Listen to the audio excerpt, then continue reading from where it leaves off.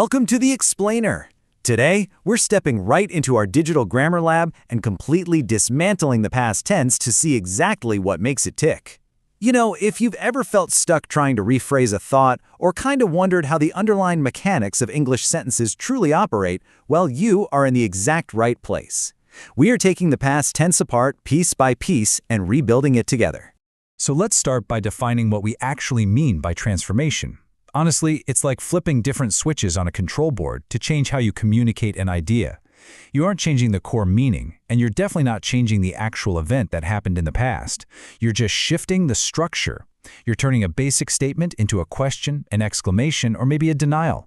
You are literally transforming how your listener receives the information. Here is our quick roadmap for today. We're going to progress chronologically right through the 4 distinct levels of the past: simple, continuous, perfect, and perfect continuous. Then we'll hand the controls over to you for a transformation challenge. Let's kick things off with Section 1, Simple Past Transformations. Okay, as we break these structures down, I want you to visualize the color blue for our helping verbs. Watch closely how those blue patterns shift around the subject and the main verb. Think about a basic base sentence. Ram played football. It's just subject, verb to, and object, right? But to make it negative, we bring in our blue helping verb, did. It becomes Ram did not play football. Notice how the main verb shifted all the way back to verb 1, play? That's because did already carries the past tense for us. And to make a yes-no question, did just jumps right to the front of the line. Did Ram play football?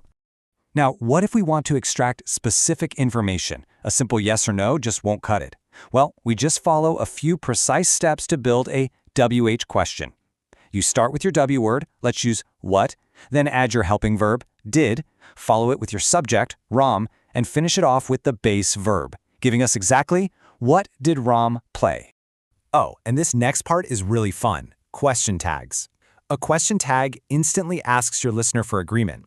If our statement is positive, Ram played football, we tag on a negative question, didn't he? But if Ram didn't play football, we'd swap it to did he? It's a quick, supernatural conversational check-in. Let's look at some higher-level shifts before we move on. We can completely flip the focus using the passive voice. Instead of Ram taking the spotlight, the object takes center stage. Football was played by Ram. We can also use indirect speech to report what someone else was doing. If Sita directly told us, I watched TV, our indirect report actually shifts that simple past backward into the past perfect. Sita said that she had watched TV.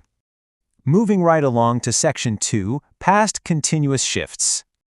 With the past continuous tense, we are focusing on ongoing actions. Our base sentence here is, they were playing cricket, which uses the subject, the helping verb was or were, and an ing verb.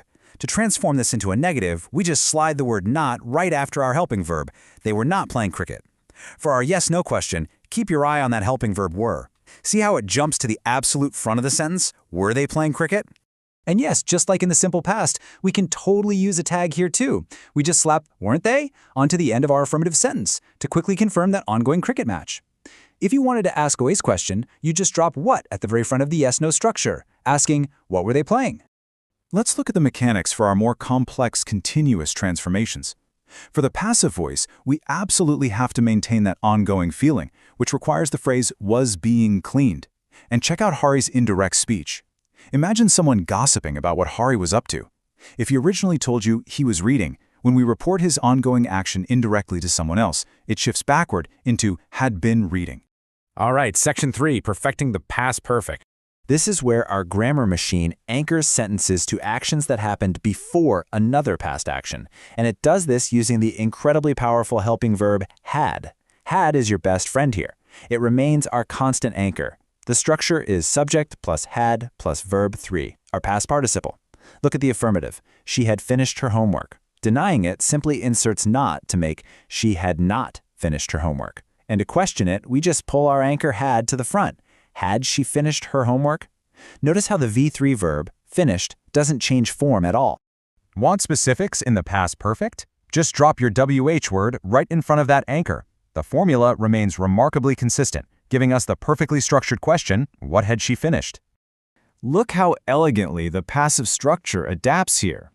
The passive voice shifts to insert been, creating the project had been completed by her.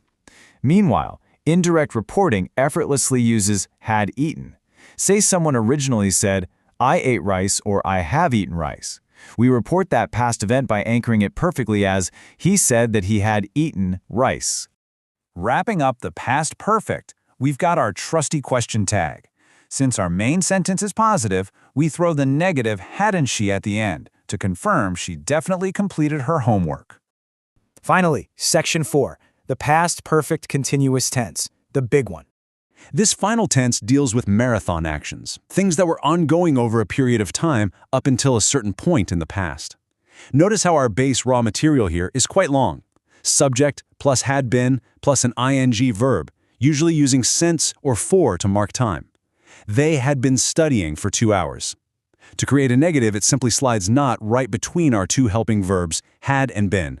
And for a yes-no question, only the first helping verb, had, jumps to the front. Had they been studying for 2 hours? It's highly structured, but very precise. You know what's wild here? 0. That is the exact number of times you will generally see the passive voice used in this tense. Saying something like, for 2 hours had been being studied by them is, well, it's literally too clunky for English speakers to ever say out loud. So we skip that transformation setting entirely. We still have our other tools though. For our what question transformation, we just add what before our shifted helping verb. What had they been studying? And we can easily use indirect speech to report continuous past events. For example, she said that she had been lating. Also, for a quick tag, you'd simply use hadn't they at the end of an affirmative statement. And now Section 5, your transformation challenge. Okay, we've completely broken down the mechanics of all 4 past tenses. We've seen exactly how the helping verbs move around, where the negatives fit, and how the passive and indirect voices shift. Now it's time to put on your lab coat. Your challenge is to take these 4 raw sentences, one from each tense we covered today, and run them through every single transformation we learned. Take Ria wrote a letter and transform it into a negative statement, a yes-no question, a WH question, a question tag, the passive voice, and indirect speech. Do this for all 4 to really truly lock in these patterns. As you head out of the Explainer Lab today, think about how mastering these shifts is essentially like getting a master key to the English language. It completely unlocks your ability to tell vivid, precise stories.